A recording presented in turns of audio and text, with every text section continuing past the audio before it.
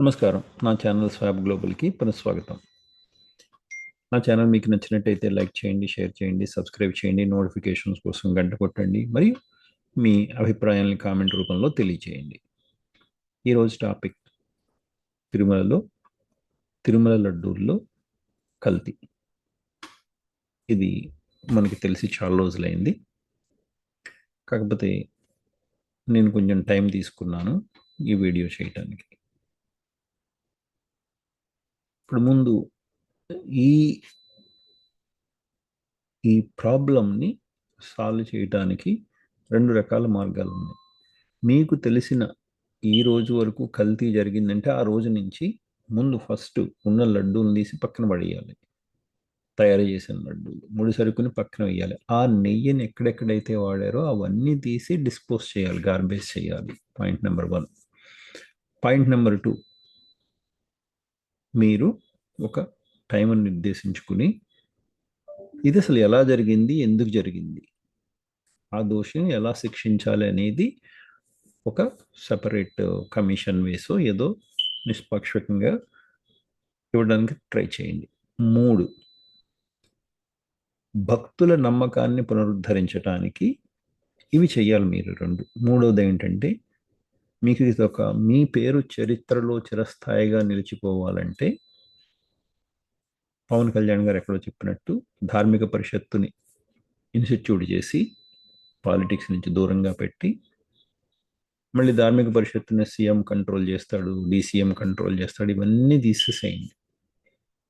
Tirumala Tirupati దేవస్థానాన్ని independent entity కింద, autonomous body కింద declare చేయండి, పాలిటిక్స్కి సంబంధం లేకుండా. ఇనీషియల్గా ఎక్స్ అఫీషియో మెంబర్ కింద ఎవరినన్నా ఉంచండి. అది పూర్తయ్యే వరకు చైర్మన్గా మీరు గతంలో చేసినట్టుగా కాకుండా మీరు కొంచెం తెలుసున్న వాళ్ళని, మీ పార్టీలోనే ఒకళ్ళిద్దరున్నారు భక్తి ఎక్కువ ఉండి దేవుడి పట్ల నిష్టగా ఉండేవాళ్ళు, వాళ్ళకి చైర్మన్ పదవి ఇవ్వండి. అండ్ పరిషత్తు తయారు చేసి పవన్ కళ్యాణ్ గారు గుడిని పరిషత్తులో పెట్టండి. మీరు ఎలాగా దుర్గమ్మ గుడి, కాళహస్తి గుడి, శ్రీశైలం గుడి, ఈ 4-5 మోస్ట్ ఫేమస్ గుళ్ళని ఇండిపెండెంట్గా చేయండి. చేస్తే మీ పేరు చిరస్థాయిగా నిలిచిపోతుంది, మీరు చరిత్రలో నిలిచిపోతారు, దేశానికి మార్గదర్శకం అవుతారు. ఈ అవకాశాన్ని మాత్రం దుర్వినియోగపరచుకోకండి పవన్ కళ్యాణ్ గారు అండ్ చంద్రబాబు నాయుడు గారు. ఓకే, నేను నా పర్సనల్ కూడా ఎందుకు కానీ నేను ఆగస్ట్ 14th నాడు నేను మంచి లడ్డూలు తిన్నానో లేదో నాకు తెలియాలి. జస్ట్ డిక్లేర్ ఎప్పటి వరకు ప్రాబ్లం ఉండింది, ఎప్పటి వరకు మళ్ళీ they instated the right kind of ingredients అనేది. Thank you. భక్తులకి ఇంతకన్నా అవసరం లేదు.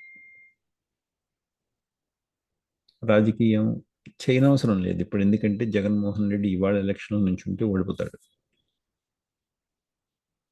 ఇది చాలు. Okay, thank you so much.